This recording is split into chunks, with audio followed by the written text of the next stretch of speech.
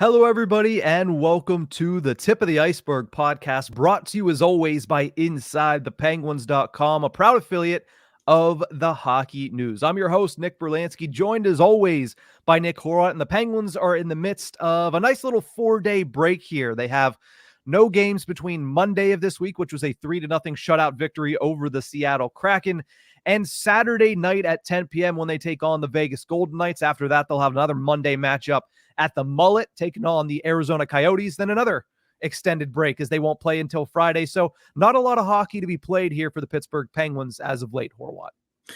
Not a lot. It's one of those breaks. I mean, heading into the bye week, heading into the All-Star break, it's all just kind of slowing things down, slowing down the games, all to ramp up a ton of late February and all of March is going to be a lot of game action, a lot of time on ice. And tell you what, this team should rest up all they can. Really, it's not going to be an easy stretch. I mean, no matter who they're playing down that run of, it's like every other day almost in March. Not to mention quite a few back-to-backs. Rest up while you can, get healthy while you can, and I know Kyle Dubas is still trying to get a read on this team, but really continue to get a read on this team. This is a good time to do it during your downtime, during your trips out west, doing your just days off throughout the month. And you know what? Not having many more days off left, so enjoy while you can. Yeah, Pittsburgh Penguins president of hockey operations and general manager Kyle Dubas mentioned yesterday on the GM show with Josh Getzoff, who's a friend of the show. He said, this is when we're having our meetings, our scouting meetings, whether amateur last week, they had a bunch of them. This week is pro scouting meetings. So they're trying to get a read on the land. And right now, obviously, is a time when a lot of off the ice action starts to ramp up. Trade boards start to heat up. Trade rumors start to heat up. As it pertains to the Penguins, it seems like they might be a little bit quiet this trade season. We'll talk about that later in this episode. Also talk a little bit, speaking of amateurs, of a couple of players in the AHL that have been lighting it up over the past week. Two players that you could see in Pittsburgh sooner rather than later. But let's start it with the depth, because the Pittsburgh Penguins have been searching all season. It seems like for the past couple of seasons for some consistency in the bottom six, and it looks like that has continued. You look at what the Pittsburgh Penguins have seen from the bottom six as of late. It's gone dormant on the scoreboard. We've seen, obviously, Achari contributes in different ways. Jeff Carter contributes in different ways. But when it comes to putting the puck in the back of the net and scoring on the scoreboard, it's gone dormant over the last couple of weeks. Valtteri Puustinen, Lars Eller, Radim Zohorna, Noel Acciari, Jeff Carter, Colin White, and Reilly Smith have combined for 1 assist in the last 5 games for the Pittsburgh Penguins. Reilly Smith obviously currently injured. We'll talk about that. But Horwat, with this bottom six going dormant, yes, the defensemen have started to score a little bit more. Erik Karlsson on a point streak. Chris Letang seems to pick up a point almost every other game. Marcus Pettersson has started to collect some points. That's good, but how important is it for the Penguins to get that depth scoring back from the bottom six? It's been important. We saw it, we saw it be a big part of the downfall last season. It's just continuing into this year. It's great to have a defensive mindset with your bottom six, but you got to find at least a couple of guys that can, put the puck in the back of the net. We thought Lars Eller might be able to do that. He just seems to be a little streaky. I mean, I think there's still confidence there that he can find offense and probably is the catalyst of offense in this bottom six. But aside from that, I mean, Valtteri Puustinen going cold is not ideal. You almost want it to. I almost want to see the Penguins deploy 3 offensive lines and then a shutdown 4th line, because that depth scoring isn't there, and something needs to sort of spread out a little bit and start playing a little more rolling 4 lines of offense hockey. It's just, but that's just not the way Mike Sullivan rolls. It's not the players they have. We thought maybe Drew O'Connor could be good for depth scoring this season, and he has been. The issue is he's playing on the second line. Yeah, that's kind of the problem that is arising, that they're getting goals from not lesser names, but they're getting goals from unexpected names. It just so happens that they're playing in unexpected positions. As for the defense, I mean, yeah, Erik Karlsson is starting to become more as advertised again. It was just a matter of time before things started gaining consistency. And again, that power play though, whew. But when it comes to the depth, it's something to wake up eventually, you'd think, or something needs to be added. But the way the mindset is of the team, nothing much will change. But but they need to figure out a way to find the back of the net. They thought Reilly Smith could provide it. That doesn't seem to be happening, especially now that he's injured until at least after the All-Star break. Yeah. It'll be tough. Yeah, you mentioned Reilly Smith there. He's going to travel with the team out west. He's not expected to play in either of the two games that the Pittsburgh Penguins play against the Vegas Golden Knights and then the Arizona Coyotes, but he is traveling with the team, which is a good thing. But as Kyle Dubas mentioned yesterday on the GM show, he's likely not going to play until after the All-Star break. They expect to know more later this week, so it seems like he's still undergoing testing to figure out the severity of the issue and a timetable for when he could return, hence the reason why he's probably with the team. But also, I thought when I first saw that, okay, he's traveling with the team, maybe that means he can get back onto the ice in a non-contact capacity because it is an upper body injury. It is, from what it looked like, to be either a wrist or an elbow injury. You can skate, you can continue to keep your conditioning. That way, the process from being on the shelf to getting back into game shape is not as long. But, with the questions of he's probably out until post All-Star break, we're not going to know more until later this week, makes it sound like he might be out for a little bit longer term, more like 4 to 5 weeks than 3 to 4 weeks. And again, initially we didn't get a timetable. It was told to be longer term. So not surprising that he's going to be out once again over this next weekend, but surprising that he is traveling with the team. I mean, that's a good sign, but again, we await further confirmation as to what the injury is, what a timetable is, and that's a blow for the Pittsburgh Penguins. I know Reilly Smith has been struggling, but that ceiling is still there, a ceiling at which some of these other players that are coming up in that role don't necessarily have or haven't shown in recent years. You look at a guy like Colin White, who we'll talk about in a second. Yes, he has shown that offensive upside at the NHL level, but that was way back when he was playing with the Ottawa Senators. He hasn't shown that in recent years, whereas Reilly Smith is coming off of a 26-goal season with 50-plus points. Like, you expected that to be the case this year. It just hasn't been so. And now, I mean, we both saw it this morning. He wound up on Chris Johnston of the Athletics trade list. So is he a player that could be traded? Yeah. That's another question that comes into this. And especially with him being on the shelf, that complicates things as far as a timetable for when he goes on the trade targets list, when he gets onto the trade block, and if other teams are going to be calling for him. Yeah, it's welcome to silly season when it comes to names possibly being on the trade block, on the trade board, being targets for other teams, because tis the time of year of take all of our bad players for all of your good players. Yeah. And, Reilly Smith appearing on a list like that makes sense. It is weird timing considering the injury, considering the fact that, we all learned yesterday that there still hasn't necessarily been I don't want to say not a ton of progress made, but no new information, it seems, has really been stated other than he's traveling with the team, which normally, by the way, doesn't happen if it's a severe injury. So I'm really curious as to why. Or you know what? I figured out why. I'm dumb. They're going to play in Vegas. He's going to see his buddies. Yeah. And he needs to get his ring. I believe so. Yeah. So, okay. So we figured out why he's going there, and that conspiracy theory can now be put to rest in my head. Yeah. That being said, though, it's so we don't know how long he's going to be out. So the timing of the trade board is going to be interesting. Just once we get further updates on the severity of, I'm assuming a wrist or an arm or something like that. From what it looked like, yeah. Yeah, from the way he was, favoring it going off the ice from the hit. We'll just see what happens. I think he was supposed to be a big piece of the top six, and obviously that didn't work out. And this is just an unfortunate circumstance. Let's say he returns to health and sticks around, by the way.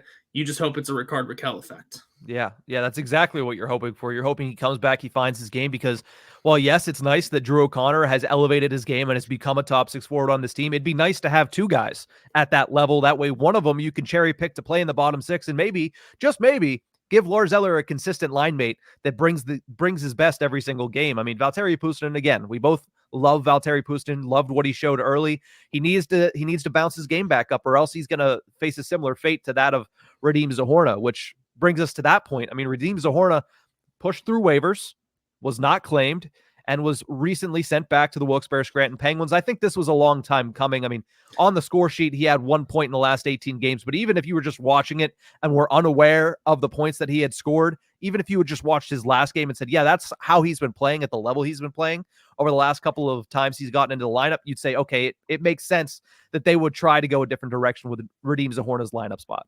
Yep. Yeah, it was a long time coming almost, like you said. I felt like the nail was put in the coffin when he took a late penalty. I forget who it was against now. St. Louis. That St. Louis game, he took a Yeah. late penalty, and that just felt like it was it. He went from taking in somewhere around averaging about 8 minutes a night, a little over maybe, but taking in games of 10, 12 minutes of ice time to bottoming out at almost just a little over 3 almost. It was like 4 something. Uh, dude's not getting the ice time from Sullivan. He played 8 shifts in that game that I'm thinking of. It's just the writing was on the wall from the moment you see that number decline, and like I said, playing multiple games under 5 minutes a game, it's less than ideal. It seemed like the boat that Valtteri Pustin was in for a little bit there, where you saw his numbers start to drop until nothing really gave, and he's still getting fewer shifts than normal. But it was just with Zohorna in those minutes he was getting. Wasn't good stuff. Like I said, took a late penalty at the wrong time, and that sealed it. Yeah, there was even a play, I believe he played. Yeah, there was even a play on Monday. It's been so long since the Penguins actually played a game, it feels like.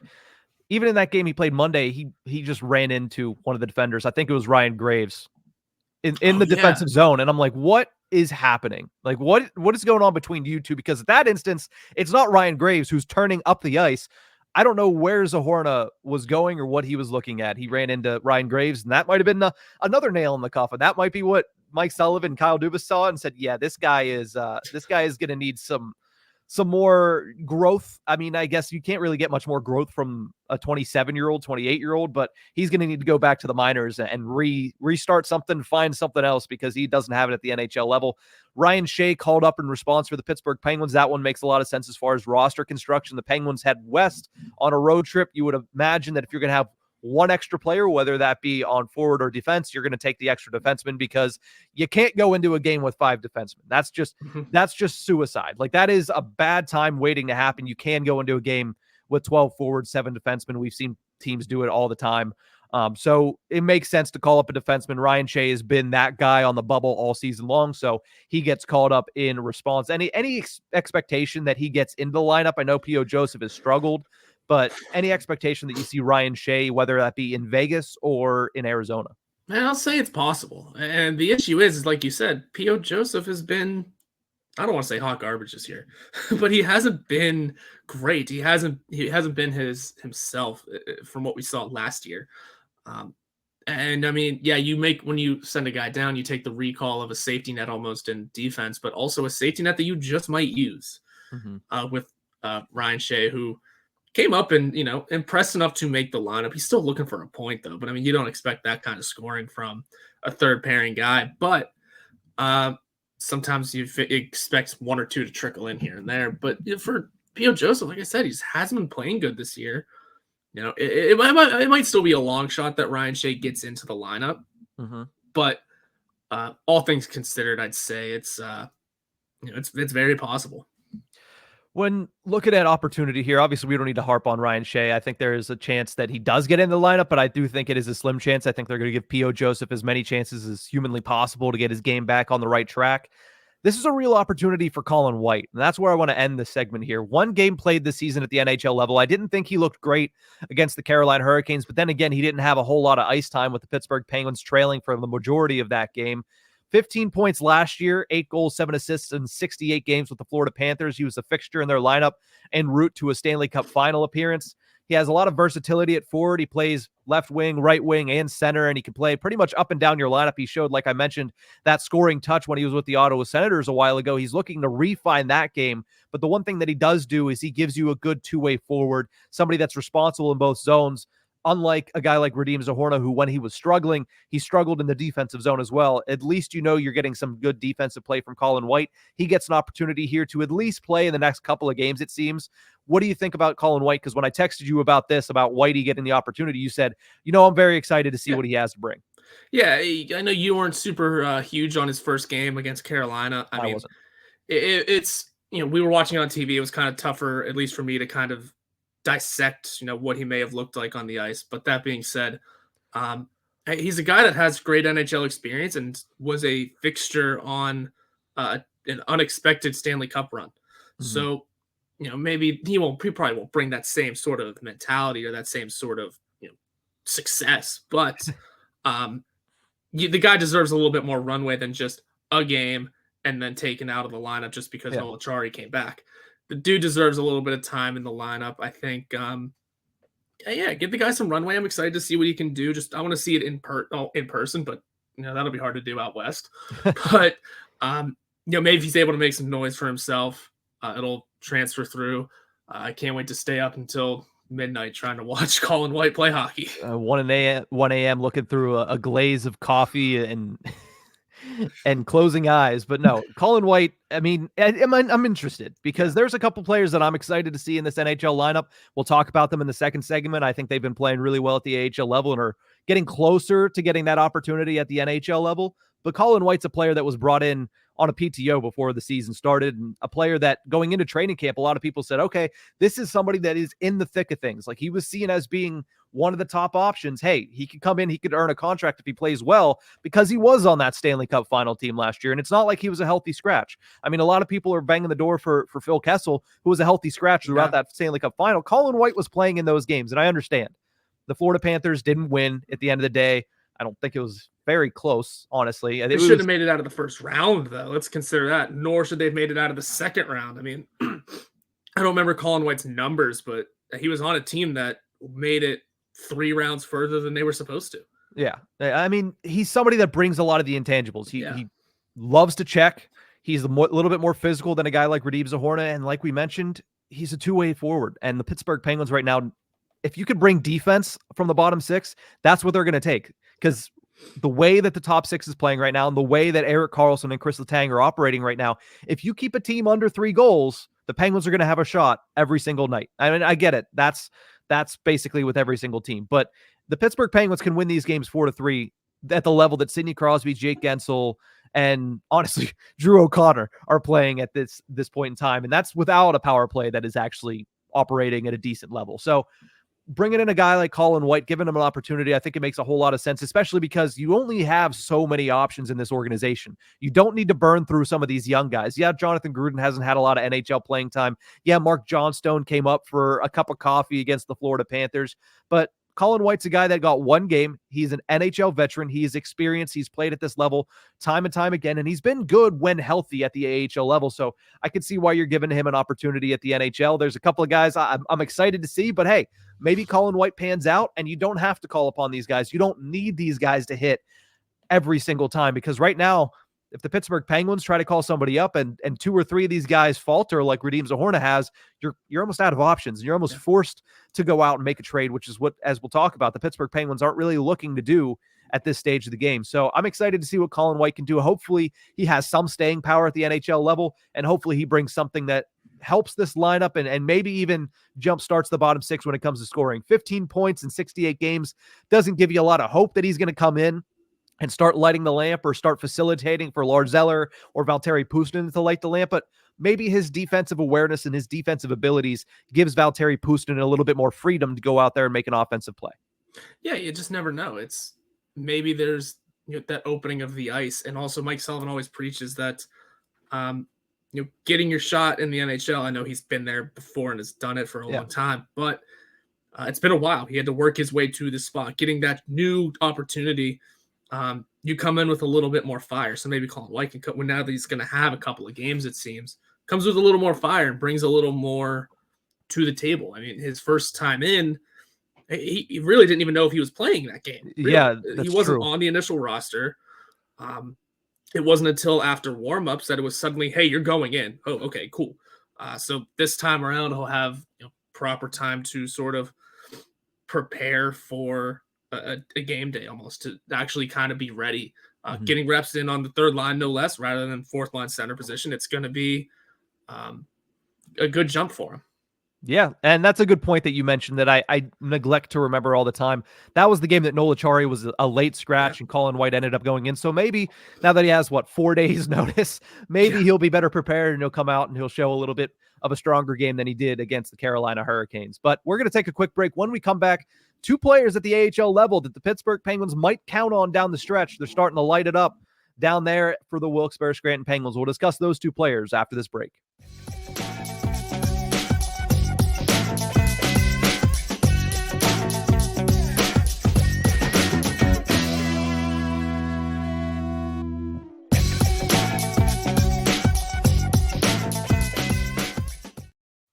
Welcome back to the Tip of the Iceberg podcast, brought to you as always by InsideThePenguins.com. We teased that two players at the AHL level have started to light it up in recent weeks, two players that could be pivotal for the Pittsburgh Penguins down the stretch, and that is the Killer Peas or the Pool Party or whatever wrestling faction name you want to give these two players. But Sam Poulin and Jesse Puljujärvi have been taking over at the AHL level over the past week. Poulin has goals, or had goals, I should say, in 4 straight games before last night's performance.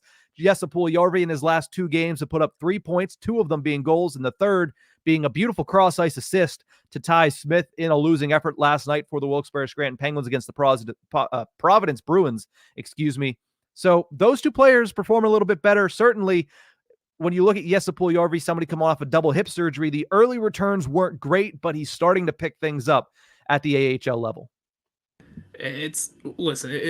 Coming off of double hip surgery and about a half a season off.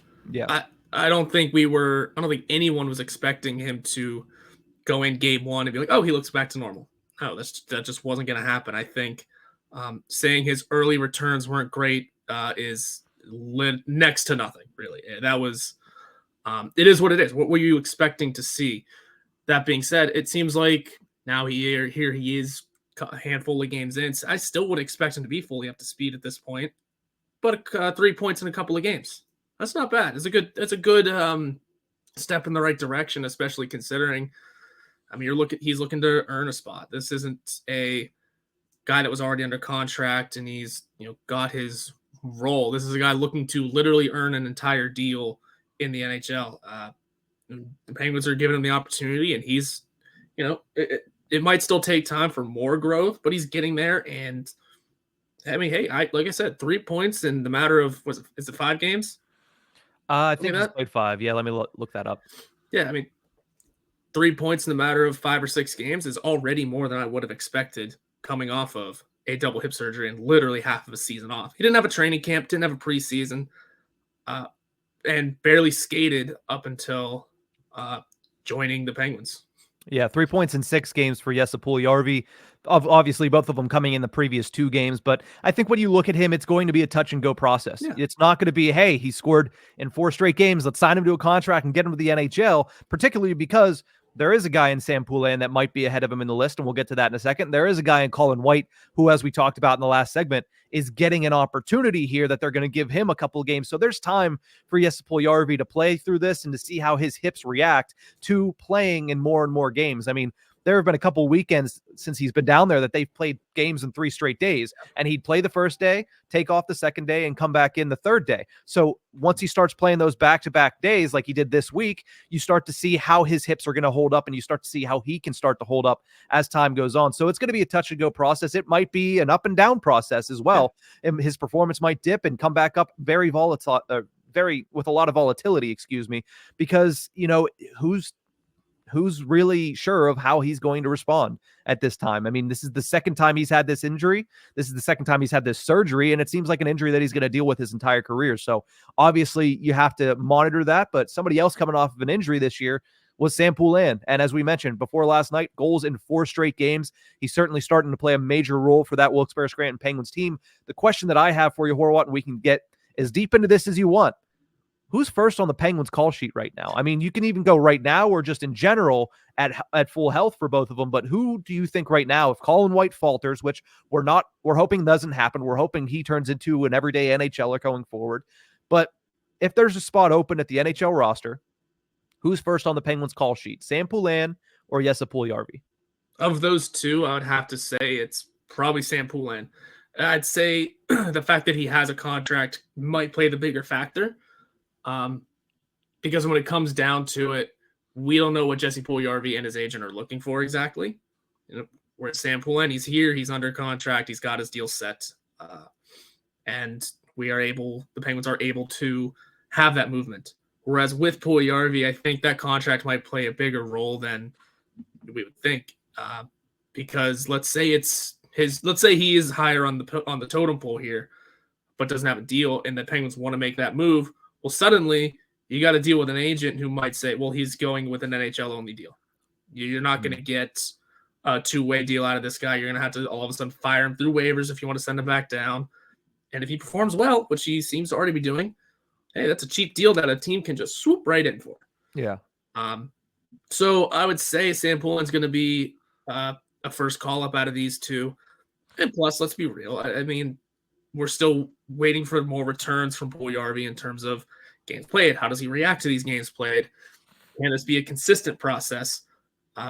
Poulin is back for goals in 4 straight, and has, we obviously has an NHL experience that he can build off of. Mm-hmm.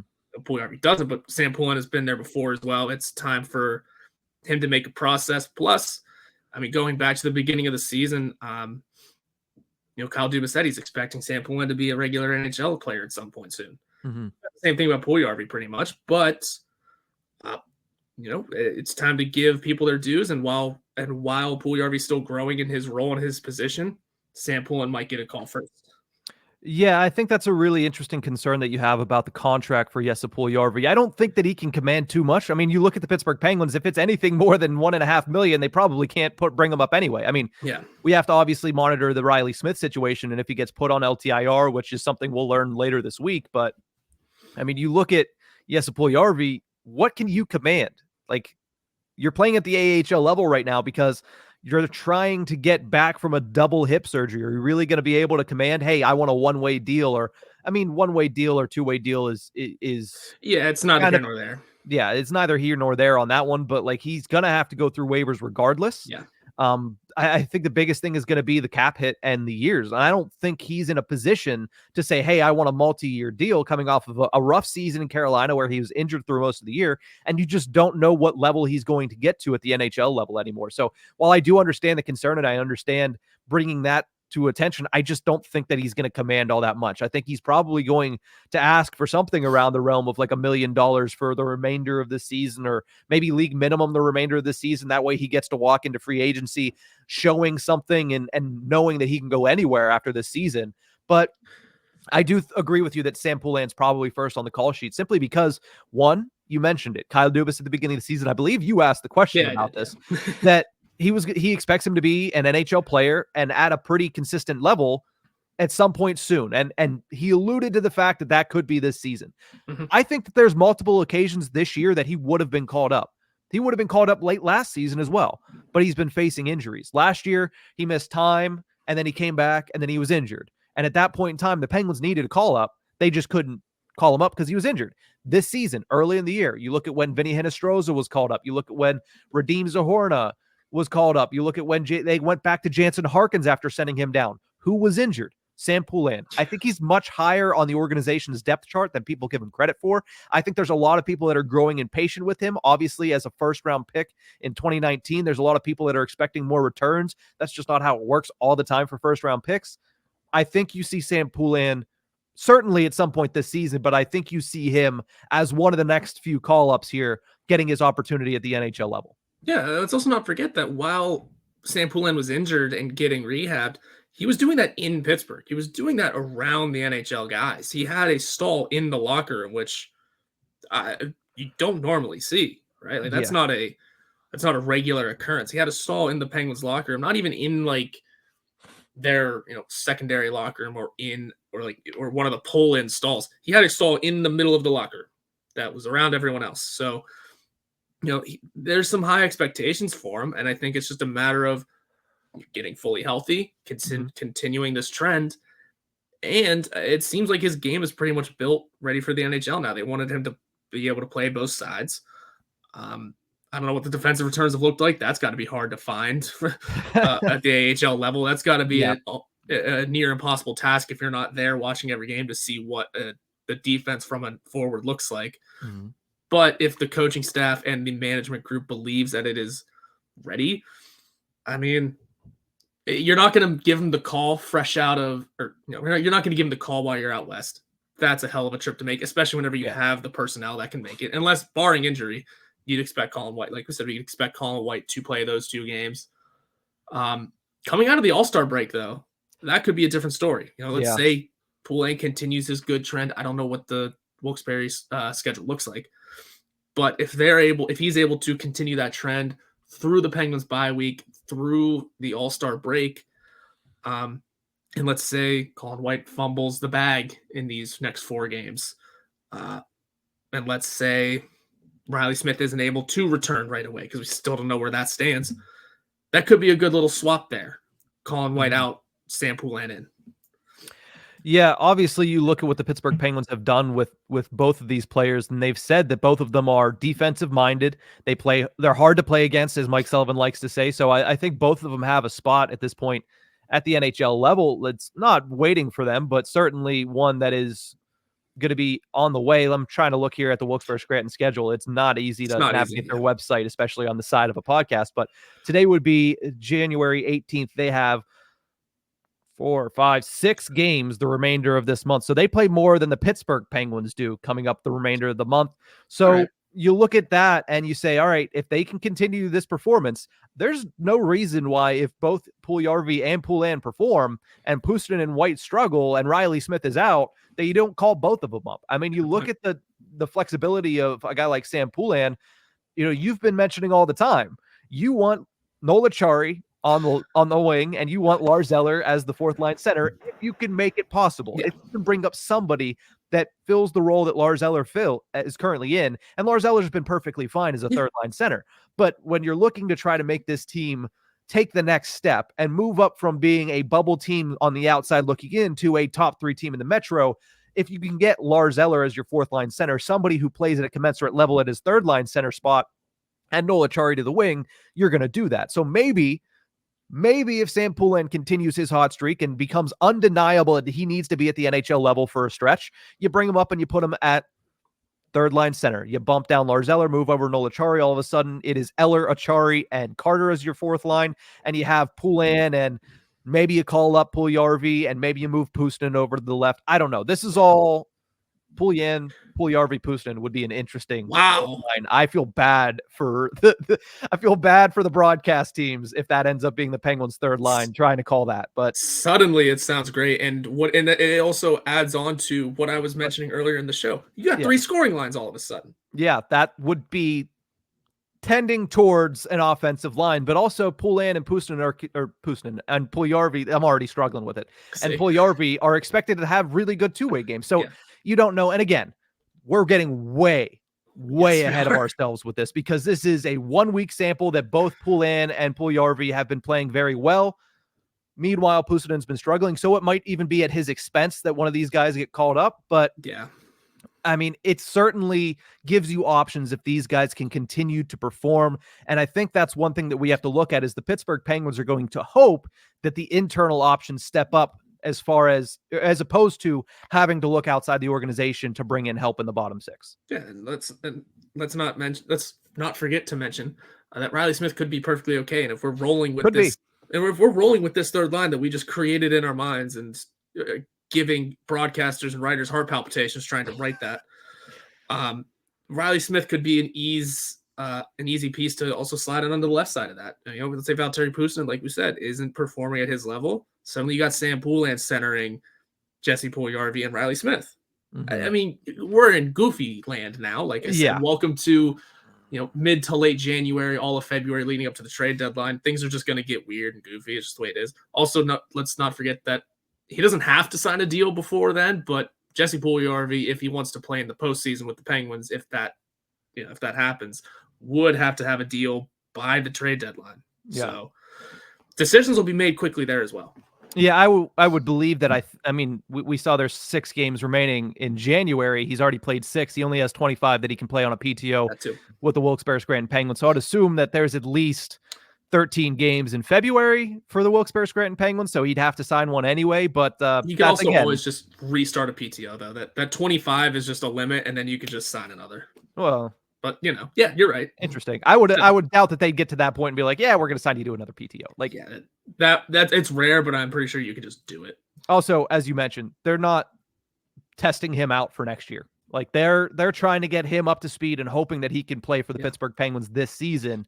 So they're not going to sign him to do another PTO simply because the trade deadline would be a couple days after that. And like you mentioned, they'd have to have him on the roster, at least under contract, to be able to be eligible for the Stanley Cup playoffs. And that's, at the end of the day, that's what the Penguins want him for. They want him to come up and be an NHLer for this team. And him and Poulin, they've played well, and we'll have to keep monitoring how they play at the AHL level, but certainly a nice week for those two. And it certainly gives a little bit of hope for Pittsburgh Penguins fans looking for some reinforcements coming from the AHL level. But we're going to take a quick break, and when we come back, the Penguins, they might need those reinforcements because it seems as if they're not too keen on giving up assets at the trade deadline. We'll talk about that right after this break.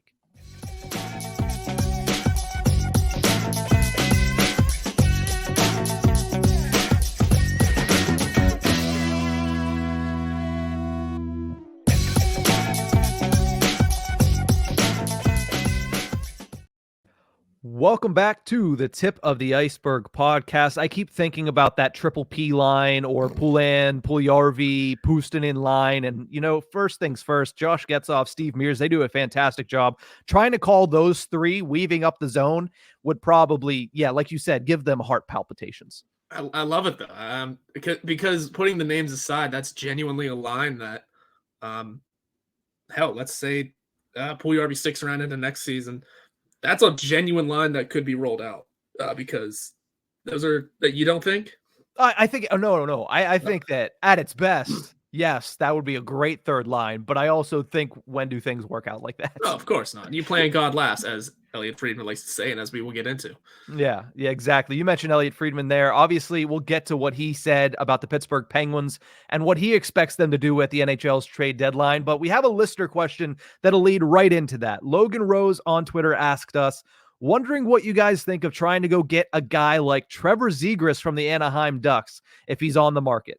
I know cap and assets would be tough to manage, but why not go try and make a big splash to bring youth to the NHL lineup? Trevor Zegras has 2 years remaining on his current contract after this one, a $5.75 million salary cap hit, currently on the injured reserve and will be out for a while with a broken ankle. Certain reports have said he's going to be out until the NHL's trade deadline. He's 22 years old right now, still has a lot of ways to go as far as his NHL journey.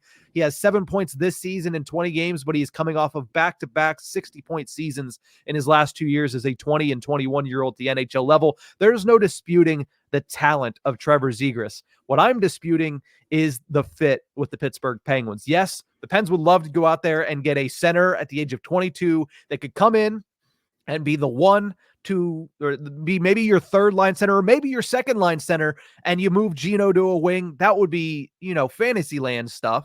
But I just don't think the Penguins are in a position, as we'll get to, Elliot Friedman agrees. I don't think the Penguins are in a position to get rid of that many assets to bring in a guy like Trevor Zegras at this stage of the game. Yeah, it's just a tough move to work out. You mentioned the assets and the salary cap already. That would be obviously the most difficult part. But then just sliding him into this roster somewhere.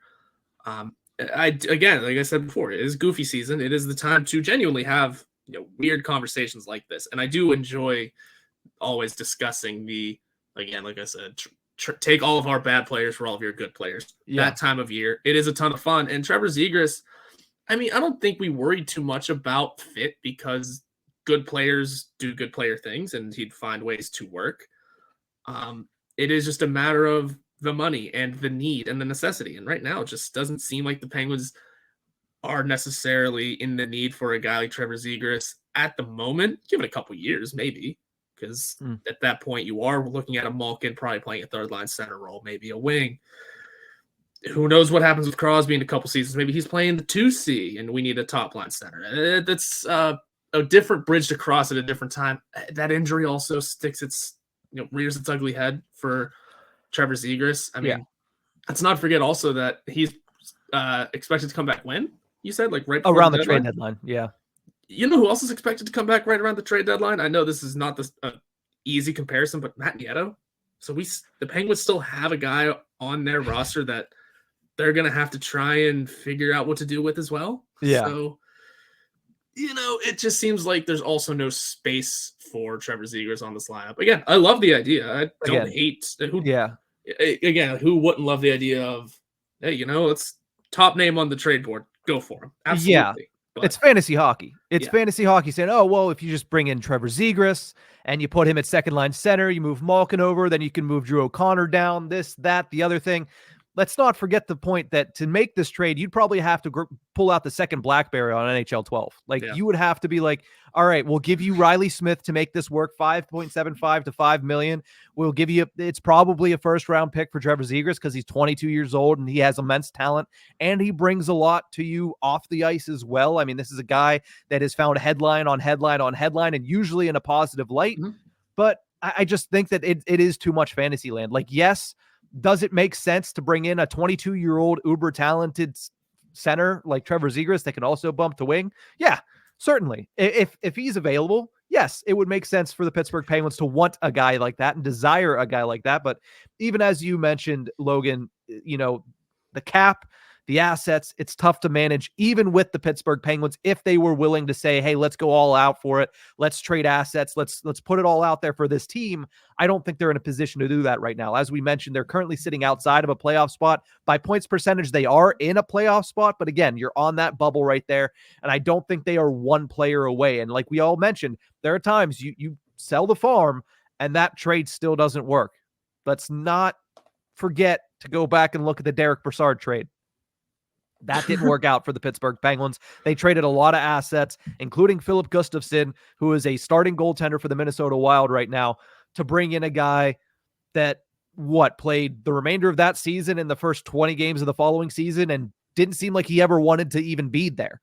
So, you know, as nice as it would be to have a guy as talented as Trevor Zegras, I just don't think that it fits what the Pittsburgh Penguins can do right now as far as price-wise, and I don't think that it fits in the realm of reality right now as those two teams coming together to make that deal. Yeah, it's just not in the realm of possibility. Again, you enjoy it. You like that idea. It's like I say every trade deadline, hey, you know what? Jake Gensel's untouchable. Oh, wait, this year's a little different. This year's different. But going back in time, I would say, hey, Jake Gensel's pretty untouchable. We're offering you Connor McDavid. Yeah, I'll take that. Yeah. So yeah, I mean, it's Fantasyland. It's a ton of fun. And I guess like we'll never turn down an idea of discussing a guy like Trevor Zegras and what he might be able to bring to this team. Yeah. It just doesn't seem the timing doesn't seem right. And situation doesn't seem correct either. I mean, listen, if the Ducks come up and say, hey, we'll give you Trevor Zegras because we just got a really good player in Cutter Gauthier. Hey. Trevor Zegras for Reilly Smith, P.O. Joseph, and a second-round pick, I'd say, yeah. But again, that's all our bad assets for one of your best assets. Yeah. And it just doesn't happen. And I think Pat Verbeek has done a really good job in Anaheim, and I don't think he's looking to blow it up by making that stupid of a deal. But, you know, it is a good thought. You know, Trevor Zegras coming to the Pittsburgh Penguins would certainly be a young player to build the next core around. But I just don't think that it's something that works out, particularly after hearing what Elliot Friedman had to say of 32 Thoughts and Sportsnet earlier this week, that he believes the Penguins will not be big players at the deadline at all. He said, quote, I think the Penguins are reluctant to be trading for short-term fixes, Friedman said, or their young assets and draft picks for guys that are a little bit older. I don't know if they think trading those things make any sense for them right now. So yes, Zegras falls into, he's not an older player. Mm-hmm. And he certainly wouldn't be a short-term fix, as we mentioned, 2 years left on his contract, but he does fall into it's going to take a lot of assets to acquire. So it seems as if from Elliot Friedman's words that the Pittsburgh Penguins are looking for younger players that are cheap, that have some term left on their contract. Now, again, things might change between now and March 8th, but it seems as if they're not looking for older, experienced rentals, which is, for a lot of Penguins fans that don't want to see age on this team, something that they're probably happy to hear about. Yeah, I mean, consider all the moves they made last year. There was Nick Bonino, a good bringing him home story, but also we knew he wasn't going to stick around. Dmitry Kulikov, that just seemed like a backup to missing out on Jacob Chychrun, but also knew he wasn't going to stick around. This time around, the Penguins are looking for guys that have some term, essentially. That's what it sounds like, that are youthful and have some term, and can provide. That slims the list down of who they could get. But if it's not term, guys that, you know, they believe that they can, you know, extend this offseason or something like that. So I forget what Jacob Chychrun's current deal looks like. I know he's likely back out on the market, and honestly, someone the Penguins should go after again. I mean, the Penguins went after him last year. Kyle Dubas apparently went after him last year, so welcome back to that. Yeah. So we'll see how it goes. Marc-Andre Fleury might be on the market again. That one's not happening. I just wanted to toss that in. Yeah. I can't think of who else is even out there right now. It's a long list of names, and if they're looking for youth and some term, there are definitely possibilities out there. Yeah, and from what the way I read this is they might make one move at the deadline. Yeah. Like, that's the way I Pretty read this. quiet, And yeah. of course, this is what is currently being reported. This is not gospel. This could change as early as Saturday night after the Penguins versus Vegas Golden Knights. Something really good or something really bad could happen, and it could change the entire trajectory and the entire thought process of Kyle Dubas in this year's NHL trade deadline. But as of right now, it seems like, you know, and then it echoes what Friedman says. It seems like the Pittsburgh Penguins are going to be sitting back. They're going to probably put the iron in the fire for a couple of young, talented players that are on the block. And if they don't get a price that they like, they're just not going to go for it. They're not going to overpay for somebody. They're not going to go out of their way to bring in somebody by expending these assets, by trading the very few top prospects that they have. I mean, who do they have? Owen Pickering, Sam Poulin, and Braden Yeager. And outside of that, who?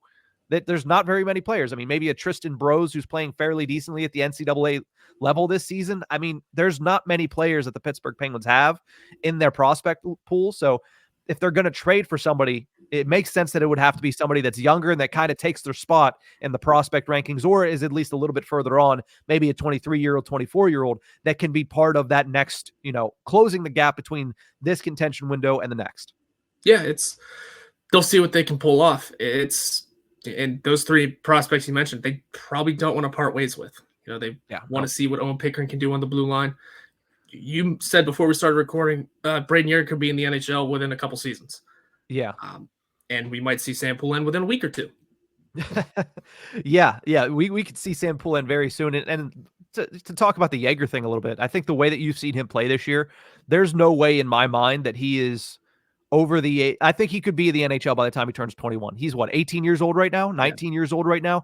There's no way in my eyes, the way that he's performing right now. And of course, it is when looking at a prospect, when looking at this progression and this growth, it's not a straight line. But the way that he's progressed this season, it seems as if he should be in the NHL sooner rather than later, meaning maybe not next year, maybe the year after. He's an everyday NHLer, but it seems like he should be moving up that ladder rather quickly based on his performance at the WHL level. Now, again, WHL is an offensive league. I can say it so many more times, but he's certainly impressing in that league. And I do think that he's going to move faster than a lot of the prospects that we've seen in recent years. Yeah, he will be. It'll be a quick growth for him. It'll be interesting to see what the rest of the deadline has in store. Again, they would think they want to hold on to Gensel, but if the wheels fall off in the next couple of the All-Star break's already here, so in the next couple of weeks, they have 4 games until the NHL All-Star break. But it sounds as if the Penguins are going to continue to primarily look within for answers, and that's something we talked about the majority of this episode. I mean, the pool party. We talked about Colin White getting an opportunity, Reilly Smith coming back into things and seeing if he can pull a Rickard Rakell and look good. So it's going to be an intriguing 6 weeks leading up to the NHL's trade deadline. They have 4 games left until the All-Star break. They'll have a bye week, then the All-Star break, and then I think they have another week where they have very few games after that, and then it ramps up. So, you know, get your breaks in right now because it is going to be hockey on every other night. Some people love that. Some people are going to get burnt out. But listen, we're going to be here through it all, dissecting it, talking about it at the tip of the iceberg at InsideThePenguins.com. So make sure you bookmark the website. Make sure you subscribe on YouTube. Make sure you follow or subscribe wherever you get your podcast from, because we're going to be talking Penguins hockey till the cows come home. And hopefully we're going to be talking about Penguins hockey well into May and maybe even the month of June as they continue to play games. That'd be nice, Horwat. We haven't done that since we started the podcast, so it'd be nice to have a run here for the Pittsburgh Penguins, for us to sit back, enjoy, and talk some playoff hockey with our fun and engaging listeners. But that's going to do it for this episode of The Tip of the Iceberg. Thank you guys so much for tuning in. We'll see you next time.